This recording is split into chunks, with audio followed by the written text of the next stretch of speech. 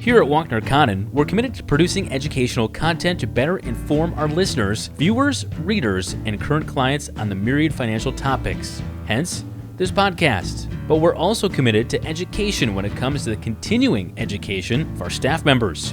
So in this episode, Polly Price, who began her journey at Walkner Condon as a client service specialist, discusses her path to passing the Series 65 exam, the licensing needed to become a financial advisor, and a big step toward her goal of advising in a full-time role. Sit back, relax, it's time for some truth. Welcome back to Give Me Some Truth. This is a fun one for us today, Mitch. It's me and Mitch and our newly minted financial advisor, Polly Price. Woo! It's exciting because Polly... Hold on. We need a lot more energy. See, that was such a... Are you sure you want to be an advisor, Polly? Well, no, I was going to say that was nice of you to say that this is a fun one for you. This is a good one for us. She hasn't been on one since we were thinking about this before we started recording. She hasn't been on one since like her introduction when we first brought her on. So that's... And I think, is it fair to say that maybe by coincidence, but more by design, that was by intention, Polly, that you have not been on one? I may have intentionally avoided these. All right. Well, here you are now. Welcome back. We're glad you're here. Thank you. Me too. Yeah. So before we started recording here, Mitch was talking about the fact that he needs a haircut. Yes. Because you're moving. Yes. Yep. So this is big news. And there's a lot going on in the firm right now. There's a lot of a lot of development in the people's lives. It's pretty cool. Yes. I'm moving primary residence, to be clear. I'm not moving, different firm, nothing like that, right? So when you say moving, I'm just going from Madison to Fitchburg. There you go. I'll have a different commute in the morning. Life will be good. More space for the kids. There you go. But with that, to the haircut comment, my clippers have been packed. Kaylee, my wife, usually does a wonderful job cutting my hair. But now it's, getting a little scruffy. And this is when the grays come out. You can see the grays. Yeah. And it gets longer. Distinguished. So, yeah. That's fantastic. Not the worst. I know. Yeah. I know. It never stops. But yeah. Yeah. So moving, actually, well, as of the day of this recording, we're closing on the sale of our current home. Yay. Right. Yep. Okay. And then the following day, New chapter. truck. New chapter. That's fantastic. Yeah. It's awesome. But this isn't about me. This is about Polly. No, we can talk about you. That's fine. We had a interesting conversation last night. Griff encouraged me to grow a beard.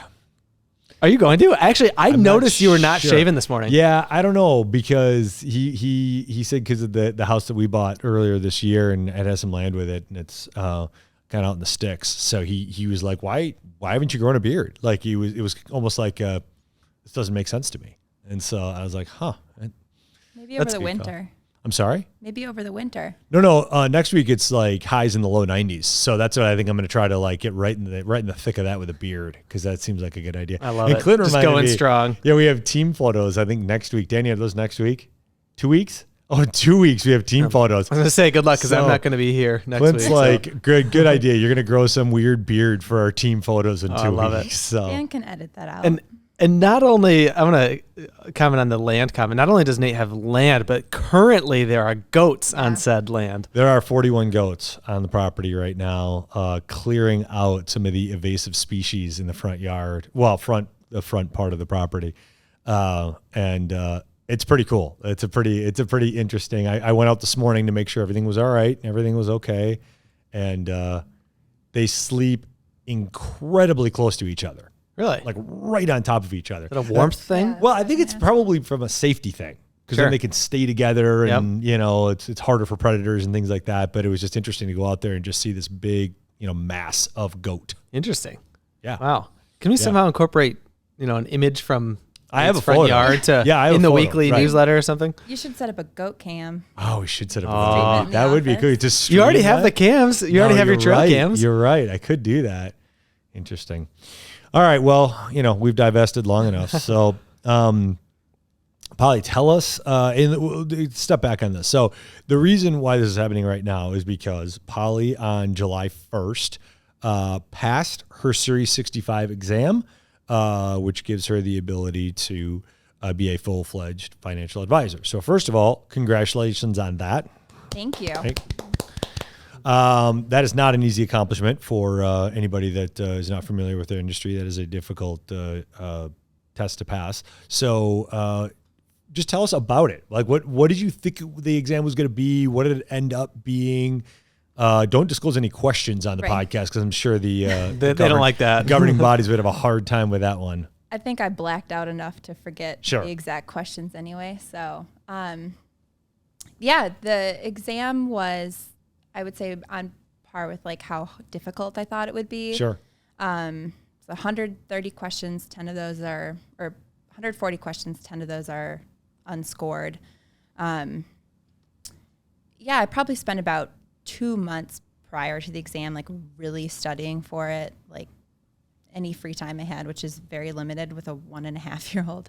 But if you don't mind me interjecting, those last 2 months, at that point, it was all review, though, because you were studying well before then, right? So you already got through all the content, and then that last 2 months was the course you took, and then kind of the review of everything that you've learned. Right, yeah, that's a good point. Yeah, I'd been kind of reading through textbooks for almost 2 years, even kind of before I started working here. Right. But yeah, the last 2 months prior to July 1st were just like lots of practice quizzes and practice exams. I took a review course through Kaplan the month of June. That was very helpful. I would highly recommend to anyone who, I mean, I don't know about their other licensing exams and how well Kaplan does, but it was great for the Series 65. So then sat for the exam that Friday for 4th of July weekend and hope for the best. Well, and it wasn't just 4th of July weekend, but what else did you do that weekend? So I kind of purposely scheduled the exam because that weekend, the 2nd and 3rd of July, was, I've said it before, but my husband and I are huge Dave Matthews Band fans. And so we were going to the 2-day show at Alpine Valley that weekend on Saturday and Sunday. So I knew if I passed the exam, it would be great. I could celebrate. Everything would be off my plate for the weekend. If I didn't pass the exam, I would, be able to at least have something else to look forward to. So it worked out for the best. So. And your progression from your former life to joining Walkner Condon and then into the exam. I mean, we think that that's a path that makes sense for people because you learn things like how does an IRA differ from a Roth, differ from a trust account, right? How much help did working here give you in passing the exam and just the understanding of how kind of the real world practice of this industry works as opposed to, passing an exam, which those two other things are not necessarily parallel. Right. Yeah.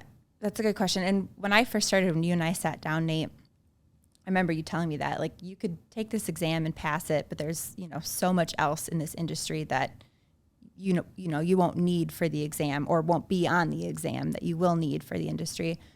And definitely saw a lot of that. Working here definitely helped. I mean, probably the last section, like I can't even remember what it was titled, the 4th chapter of the exam content is all about like client profile and client relationships and actual accounts. And that working in the job that I have currently was beyond helpful because it felt like that section was like, I didn't have to review it as much as the other parts because I was doing it every day. So, that was very helpful. Yeah. Just so people understand where you're kind of where we have you charted, if you will, from this point forward, you're with what we refer to as the domestic team here at Walkner Condon because we have the Keith, Stan, and Sil, and most are over on the international side helping expats. You were helping that team and did a great job for quite a while. And now you're back on the domestic side and getting much more involved in meeting with clients and kind of getting that part of the learning curve under your belt. What are you most excited for? Probably working with clients from start to finish, like seeing the whole process play out of, meeting with someone who, takes their first step in the door as a, prospective client of ours, all the way to the end of actually, funding their account and seeing everything invested, and then continuing that relationship. I've been pieces of that. Yep. And not always in order from 1 to 10. Right. So that will be, I think, a huge part of the learning experience for me. Will kind of become fledged out in that process of putting everything that I learned for the exam to work in sense of how does it make sense for this individual client. Yep. And pulling from pieces of information I've learned along the way, but then also like our process here, putting all those things together and kind of making that puzzle make sense in my head more. Yep. So I'm excited for that. Yeah. And then the fun thing is too, not every client relationship is the same, right? So that's what makes the role really fun, right? Yeah. There's people have different challenges. They surely have different goals, right? There's some common ones, of course. Oh, I want to retire. Okay, excellent. But there's a lot of different goals that we are trying to help people accomplish, right? You're going to see people come in from all walks of life, whether it's age or even just resources available, right? There's so many different scenarios that makes the job interesting. And then tax code changes and legislation changes and all these things, right? So it always kind of keeps it fresh too. So seeing that process for one client might be very different than your very next client. Right. That's a really good point, Mitch, because I think, and that's a big part of why I love working here so much, is because every day has been challenging for me in a sense of like, it's been a challenge, which is good. You know, you want that growth, you want to keep learning. And that like with each client, each presents a different challenge, which is exciting, which is good, you know, to keep us growing, to keep myself growing and learning in that sense. Yeah. And I mean, that's honestly the reason why I got out of mortgages when I did, because it started to look too similar. You know, every refinance looked basically the same. The home purchase side was a little different, but I mean, it just lacked that variety. And I think that's a great point that you bring, Mitch, is that, you know, every client situation is uniquely different. And even though there are similarities, it's different simply because all of our lives are different in how they work. Right. And so I think it presents an interesting canvas to be able to work on every day and to see, okay, you know, this person needs this and this other person needs that. And they might need the same things, but how you go about getting that could be completely different because of their situation. So one thing we were talking about yesterday at lunch, Polly, was continuing ed, essentially. So you've been studying, like I said, for a couple of years, really, towards the 65. Yeah, you had your kind of the crash course in the last 2 months there leading up to July 1st. And then you were asking, you know, now what, right? And there's CEs that you'll probably, you know, have to gather over time, right? Just to stay in good order with the bodies that be, you know, the regulatory bodies that be, and reading books on the side and things like that. So now that you've done a decent amount of studying over the last, you know, year plus, what is next kind of in the continuous learning environment for you? Yeah, that's a good question. Like you said, yeah, a lot of it's just like on my own time, kind of diving into maybe a little bit more enjoyable reading than just like a Kaplan textbook. But you didn't just buy more Kaplan books? Not currently. I didn't throw mine out though. I plan on referencing it and probably going back and skimming through it at some point in time. But yeah, I mean, honestly, I plan on leaning on you guys a lot for, you know, bouncing questions off of you and just, you know, explaining concepts to me and, you know, helping explain to me why you've done this for this scenario or this for this scenario. And we have a lot of opportunity at this firm for even, you know, not necessarily like sanctioned continuing ed, but like along those lines of, you know, even, I don't have like this is my next challenge in the back of my mind. Is it still too fresh? Is the test still too Not recent? really. Honestly, I was thinking about it. I was like, man, it hasn't even been a month yet, but it feels like it's been so long already, which, you know, is scary in the sense of like, I don't want to lose all that knowledge that I gained, you know, even if it was like a crash course the last 2 months, you know, it was definitely beneficial to me in the long run. So I don't have like a single goal. I think it's just, sitting in client meetings with you guys and Right. walking through concepts. That'll be super helpful. And to me, that's the best way to learn this industry. It Yeah. really is. You just have to immerse yourself in text by way of books and things like that. Live meetings. Situational conversations that we have within the office all the time. I mean, there's in a day that goes by that we don't have 3 or 4 or 5 different. Hey, this came up with this client. What do you think of that? How how would you handle this? I mean, that I think is the part of what makes this industry great is your ability to kind of look at each situation and then be able to work with the people that are in the office and say, okay, how would you handle this? How would you handle this? And kind of think our way through it.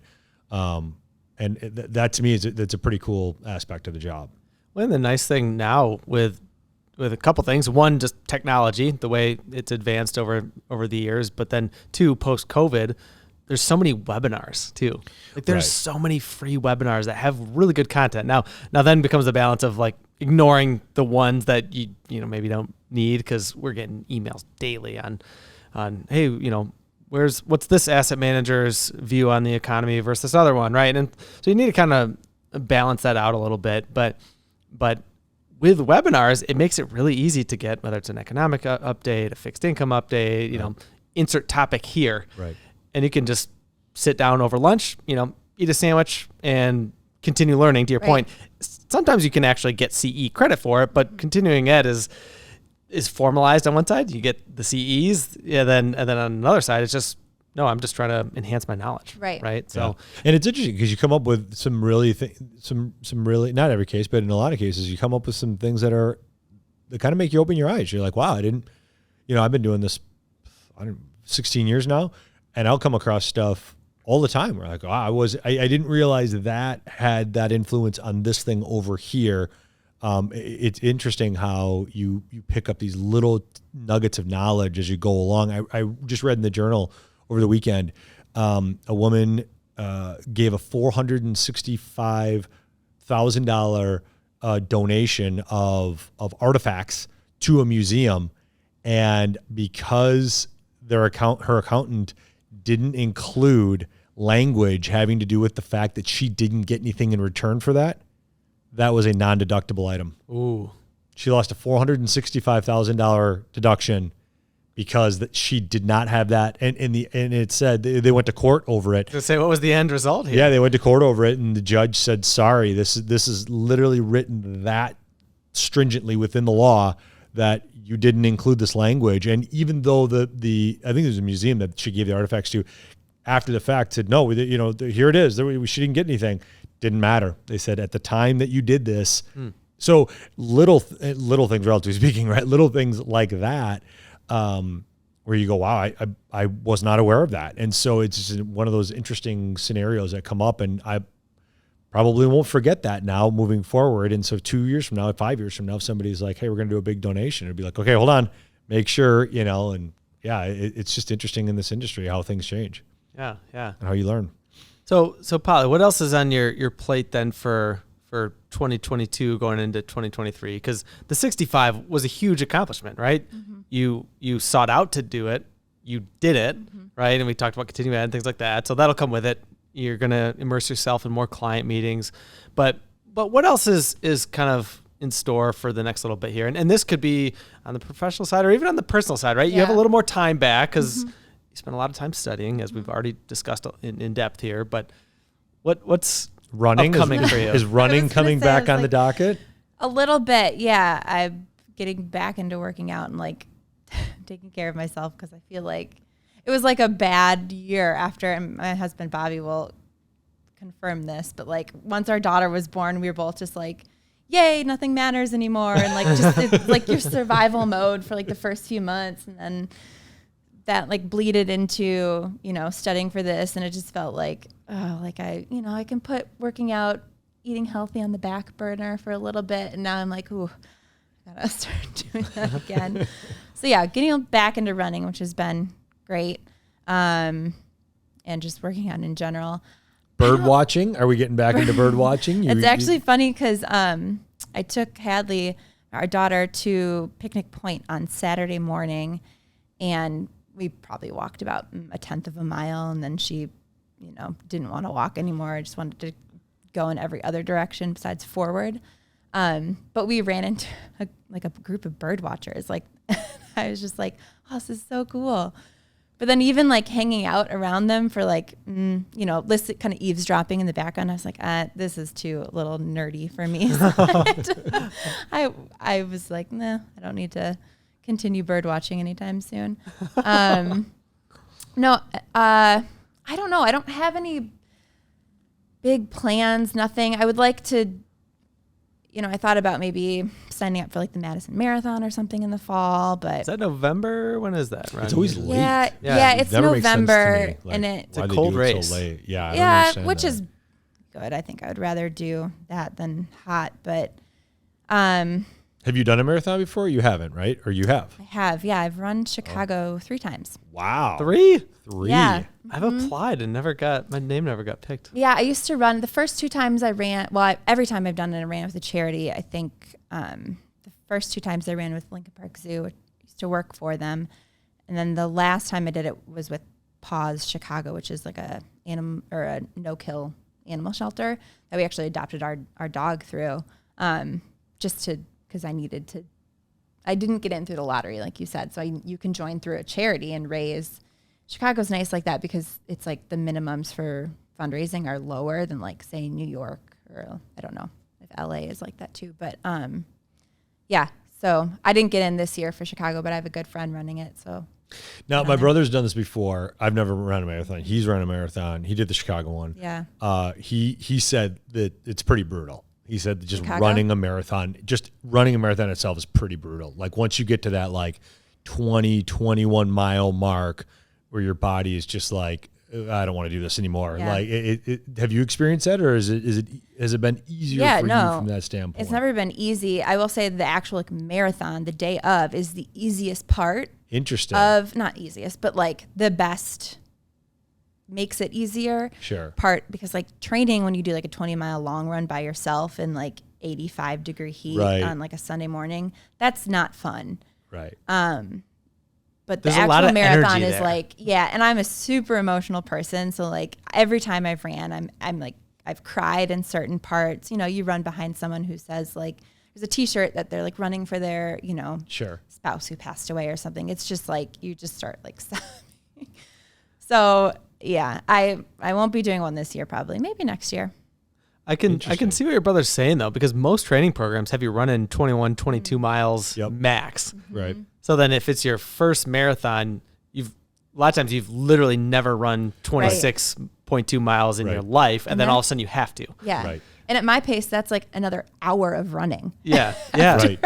After Right. that, after you hit that 20-mile mark, it's like you still got 6.2 miles to go. Yeah, that's Not not a a short short. time. Yeah, exactly. No. Yeah. And then But you- Chicago's super flat. I so was that's just going to say really that. nice. Madison course is not flat. Yeah. And I can speak from experience. I've only done one, and it was in Madison. Yeah. And I missed my goal by 6 minutes. Oh, wow. That was brutal. That is tough. But I set a record, I think, in the first half. And that's why I struggled so bad. In the second, I was running so fast. You're And like, then "I got I this." just slowed down. Like, yep. Danny, marathon? You ever done a marathon, Danny? No. Dan and I ran Crazy Legs though this year. Yeah. Oh, all right. Okay. So Yeah. that's good. That's halfway decent. I mean, what's like 8 kilometers? No, 10 kilometers? Eight. What is It's Crazy 5 Legs? miles. It's like 5 miles. Is it? Yeah, I think it's Yes. 8 and Yeah. 8K. Yeah. That's that's not in my future. No, not so much. I will say, back to your question though, as you know, because I golfed with Kaylee and then Clint's wife this week, I have been starting to golf a little bit more. Oh, Yes. right. See. Music to our ears. Exactly. Exactly. And hopefully a lot more of that. Yeah, Kaylee, we'll so Kaylee's see, my yeah. wife for Yeah. the listening audience. Well, see, Yeah. Polly doesn't have a choice because her husband is obsessed with golf. Yeah. We're all obsessed. I mean, she's like, how are you not going to get involved because you're just surrounded by, people that are golf junkies. So Right. I'm terrible, but it's been fun. It doesn't matter. Yeah. yeah, You enjoyed your- it depends you on the enjoyed day. yourself, We're right? all terrible depending on the day. So it just, Well, give yeah, it but enough I'm time. like actually terrible. But thanks. Well, that's good. We're happy to have this podcast because it means that we get to introduce a big step in your career, and that's exciting for us. It's exciting for you, I'm sure. It's exciting for us in our own selfish ways because it's pretty awesome to be able to have another female advisor on board and somebody that's really fired up and passionate about the industry, and that's pretty cool to see. And because we've seen your development, which is awesome too, and that's rewarding for us as a firm. When you started with us, you didn't have any experience in this industry, and now you feel like, at least for me, I'll speak personally, it feels like you've got a ton of experience, and you're kind of going into this next step. Just you're already running at a good pace, and it's just a matter now of just learning, more and kind of furthering that. So that's pretty cool. So once again, congratulations. Thank you. Well done, Polly. Well done. And if you happen to see Polly, out on the street or out and about, congratulations would be appreciated, I'm sure.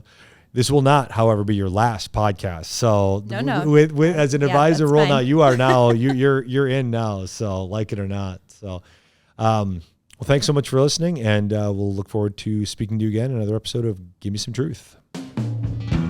Walkner Condon Financial Advisors is a registered investment advisor with the SEC. Registration with the SEC does not imply a certain level of skill or training. The opinions expressed by the participants of this podcast are their own and do not reflect the opinions of Walkner Condon Financial Advisors. All statements and opinions expressed are based upon information considered reliable, although it should not be relied upon as such. Any statements or opinions are subject to change without notice. Information presented is for educational purposes only and does not intend to make an offer or solicitation for the sale or purchase of any specific securities, investments, or investment strategies. Investments involve risk and, unless otherwise stated, are not guaranteed. Information expressed does not take into account your specific situation or objectives and is not intended as recommendations appropriate for any individual. Listeners are encouraged to seek advice from a qualified tax, legal, or investment advisor to determine whether any information presented may be suitable for their specific situation. Past performance is not indicative of future performance.